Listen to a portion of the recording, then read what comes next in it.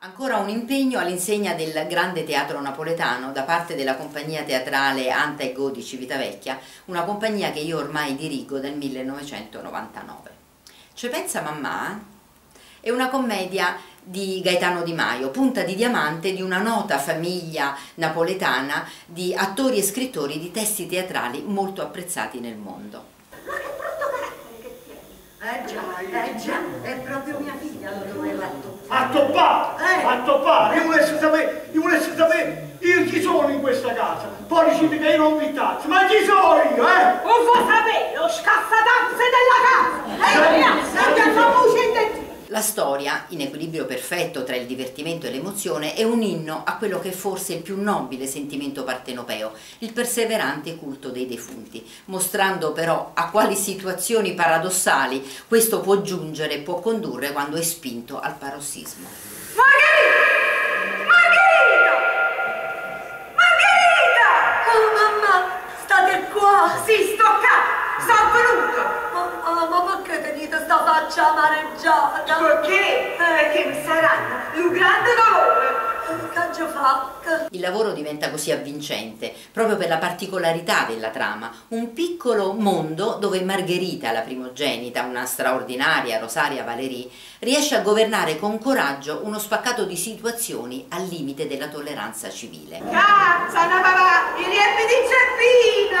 5.000! 5 milioni! Faccia! Chi? Compresa la puntuale comparsa dello spirito materno, una veracissima Anna Mele che letteralmente perseguita la povera Margherita, che ha sacrificato la propria esistenza correndo dietro agli sbandamenti frequenti del fratello Geppino, interpretato da un sanguigno e magistrale Vincenzo Di Sarno, indebitato fino al collo.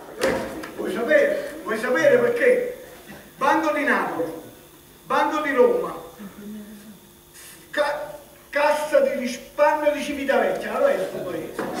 Banca Nazionale del Lavoro, ma insomma il suo pieno di debiti, ipoteca sulla casa e questo se ne viene, dammi i soldi per la sarta. Vabbè, Geppi, non ti preoccupare, vorrà dire che adesso ce ne andremo nel campo dei nudisti. Per carità, non ci facciamo tuo stomaco. E in eterna lite con la moglie capricciosa, una simpaticissima Marilena Autuoro alla sua prima esperienza teatrale, spalleggiata da una madre invadente, l'ormai veterana Rita Crisostomi. Mamma, ma viene qua la valigia a mano e ma paga.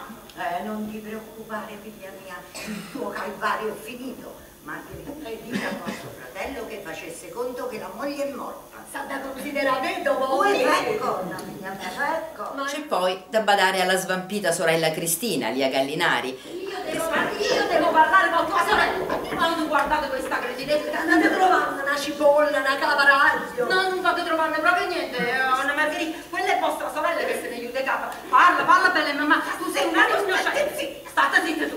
Allora, è passato un signore in portineria e ha lasciato una rosa rossa. Ma la rosa era per mamma mia. Era per me. Poi Cristina è passata nella portineria e si è presa la rosa di mamma. La rosa è la per me. Tu sei una cretinetta ignorante. Ecco che io ho studiato in collegio e poi mi è venuta la meningite, allora? Brava, tieni proprio ragione, perché quella è una malattia. Se o si muore o si rimane scema e tu non sei morta. Che sembra aver trovato finalmente qualcuno disposto a sposarla. Pasquale Cimelli, interpretato con la proverbiale verve da Gennaro Donti. Io sono venuto qua perché ho l'onore di chiedere la mano della qui presente donna Cristina. E soprattutto Enzo Coppolino, alle prese con il personaggio di Bernardino, il fratello più grande rimasto bambino, che con la sua aura di simpatia conquista da subito il favore del pubblico.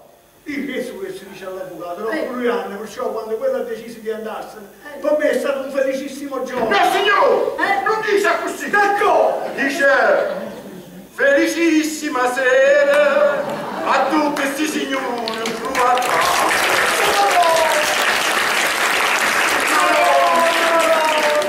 Ma non dice proprio, una sa. Poi è stato un guaiano sana. Ma perché non fai nada? Torna subito. Non la sa. O solo mia. La sanno tutto quanto. Felicissimo giorno. Che non puoi essere un fatto. Guarda te! Non mancano poi scene esilaranti quali l'ex fidanzato di Margherita, Armandino Pastore, in arte Mauro Annovazzi, che si svelerà essere un frate, e dell'idraulico, un vulcanico Nicola Cioffi, che entra in casa con l'intento di incontrarsi con la procace fidanzata Lauretta, sempre Anna Mele, purtroppo troppo simile al ritratto della defunta nonna. Senti, ti posso spiegare, ma tanto tu tieni fiducia in me? No, ma che c'è da ne? E invece li ha tenuti. Eh sì, io mi metto a fare morgo. Cavo dell'ero pittore là, E con Peppo Negus.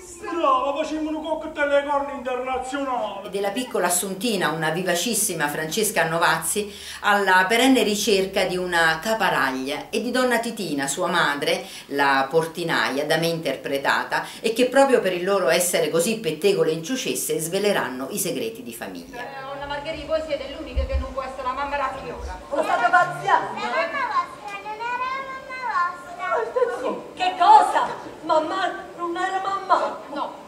I due atti di Ce pensa Mamma in effetti sbrogliano per la gioia degli spettatori un intreccio divertentissimo e ricco di tante situazioni grottesche, paradossali e talvolta addirittura toccanti, che grazie al cast di provata esperienza degli attori da me diretti, la sinergia tra il progetto e la realizzazione scenografica di Salvatore Agnello, l'organizzazione di consigli della direttrice di scena Nicoletta De Paulis, mi hanno permesso di lavorare con grande entusiasmo e divertimento, un divertimento che auguro a tutti voi, gentilissimo pubblico.